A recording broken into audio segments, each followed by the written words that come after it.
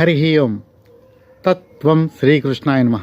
భగవద్గీత సత్సంగం 9వ అధ్యాయం 9-10 శ్లోకాలను చర్చిస్తున్నాను. కృష్ణ పరమాత్మ ఆ పరమాత్మ యొక్క స్థితిని వివరిస్తున్నారు.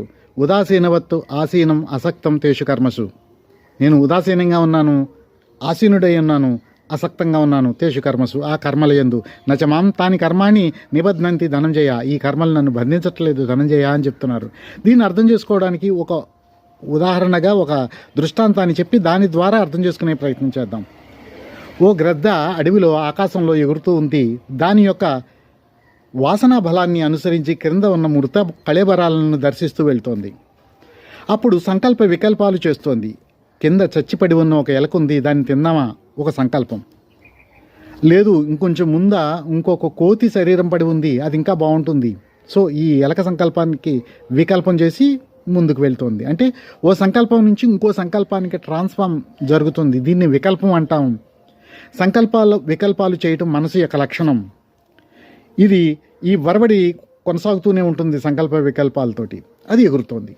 అయితే క్రింద ఒక ముని ఆశ్రమం ఉంది. ఆ ఆశ్రమానికి ఆనుకుని ఒక చెట్టు, ఆ చెట్టు కింద ఒక పేడ గుట్ట ఉంది. ఆ గుట్టలో ఒక పురుగు ఉంది, దాన్ని డంగ్ బీటెల్ అంటాం. ఆ బీటెల్ అనుకుంటోంది, I'm the emperor of this dung city.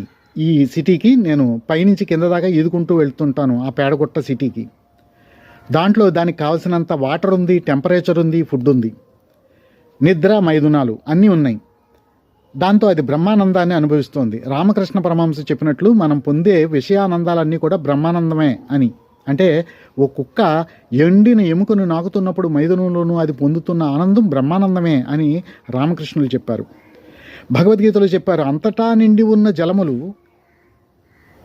అలా ఉన్నప్పుడు ఉదక పానీయాలతో మనకు పనే ఉంటుంది అని ఒక ఆత్మజ్ఞాని గురించి చెప్తూ చెప్పారు. అంటే ఆత్మజ్ఞాని అటువంటి ఆనందంలో ఉంటాడు. స్పెషల్గా విషయాల ద్వారా అతను సేకరించాల్సిన ఆనందాలంటూ ఏమి ఉండవని.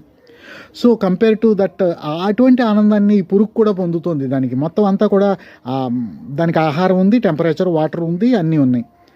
సో అది ఆనందాన్ని అనుభవిస్తూ ఉంది. కానీ ఒక రోజు వచ్చింది, ఆ పేడగొట్ట ఎండిపోయింది, వాటర్ ఎవాబరేట్ అయిపోయింది. అప్పుడు దాన్ని బ్రతకడానికి ఒక భ్రాంతిలో ఉంది. ఆ భ్రాంతికి బ్రేకేజ్ ఏర్పడింది, దాని భద్రతకు బ్రేకేజ్ ఏర్పడింది. అది ఐసోలేటెడ్ సిండ్రోమ్ని పొందింది. అంటే పరిచ్ఛేదం అని చెప్తారు ఉపనిషత్తుల్లో. తద్వారా దానికి మృత్యు భయం ఏర్పడింది.